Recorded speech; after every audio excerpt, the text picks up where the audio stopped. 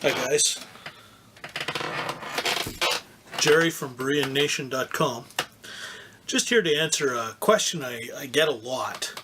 It's, Jerry, I've become a Christian. What do I do now? And it's very instinctive, isn't it?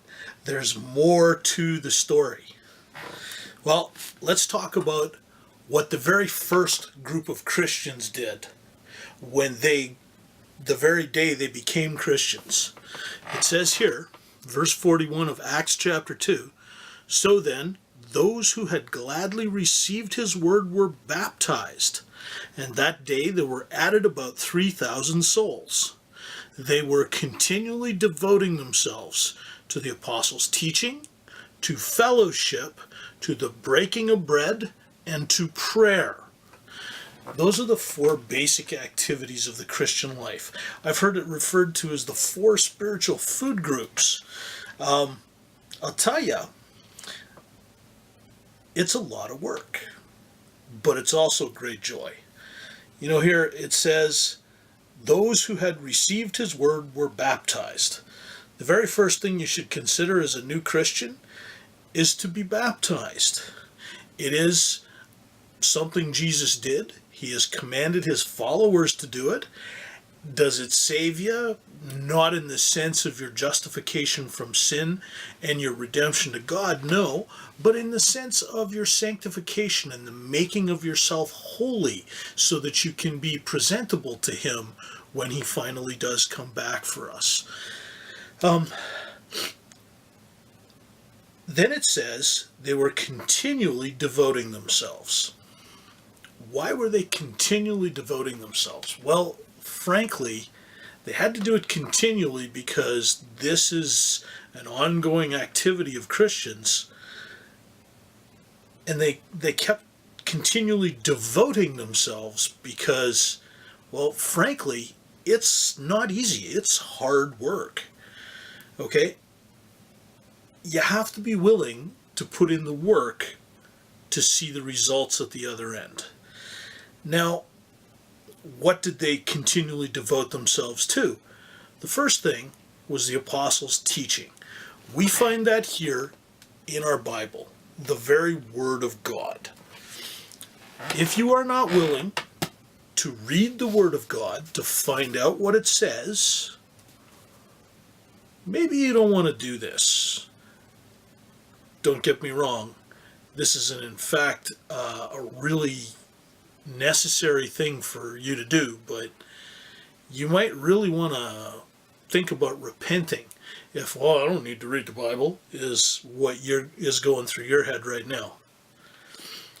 The apostles' teaching is everything the apostles taught us through the Gospels, through the book of Acts, through Paul's epistles, Peter's epistles, James' epistles, John's epistles, Jude's epistle, the book of Revelation. Everything in the New Testament is the apostles' teaching about everything that happened in the Old Testament. The very first thing you need to do is get yourself one of these. This is a study Bible, so it's a little bit bigger, but I find it useful when I'm just doing my own personal study. I might suggest something like this. This is a New American Standard Bible. And if you look at the inside of it here, you see there's no notes. It's just the Bible words. That can be important because, a lot of people in their commentaries and in their study notes and things like this, they like to let their opinions creep in. And it's kind of hard to stop, to be frank, because we all have our own rosy-colored glasses and we all have our own interpretation of the facts. My point here is that you want to study the words. Find out what the apostles' teaching is. Why? So we can keep it and be well-pleasing to him in that day. That is what the sincere Christian wants to do. And it says, and to fellowship. The word for fellowship is koinonia, and it means a communion, a fellowship, a common sharing of things, or particularly that which results from a common sharing. What is that? Well, it's spiritual growth. A lot of people say, oh, you can do all that. I don't need to go to church because, there's bad people and hypocrites in the church. And yeah, well, that's true. But, folks that need to go to church don't. And folks that really we could see less of in the church do. What's that going to do to the church? No, we need you and you need us. So wherever you are, find yourself a Bible-believing, Bible-teaching church and get into fellowship there. That's really imperative. And besides that, what you want to do is fellowship with God every day. Because before this kind of relationship is any good, you have to take care of this one. Okay? Now, fellowship, can't stress it enough. Then it says, to the breaking of bread. So that's talking about the communion itself, right? Yeah. What is that? That is a specific ordinance of worship. Worship should be our response to God based on his character and what he has done for us. So we should always be worshiping God, and we should always be in a place where we worship God. And if you're not in a place that worships God, they just preach some sermon that could have been said at a synagogue or a mosque or some other place, it's not specifically Christian. I'm not saying it's not without its validity and its good points, but I got to tell you, as a pastor, one of the courses that they put me through is called Biblical Theology, and they cautioned me against just moral sermons. This is about learning how to follow Christ, not about how to be a moral person. We're saved by grace through faith, not the works that we do. The works that we do should follow because we have been saved by grace through faith. So you want to worship God and be in a place where you worship God.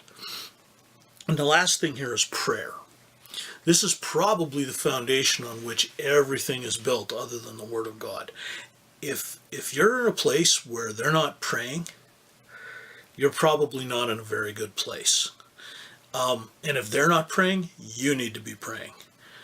Pray that the Lord would bring you to a place where they really value prayer.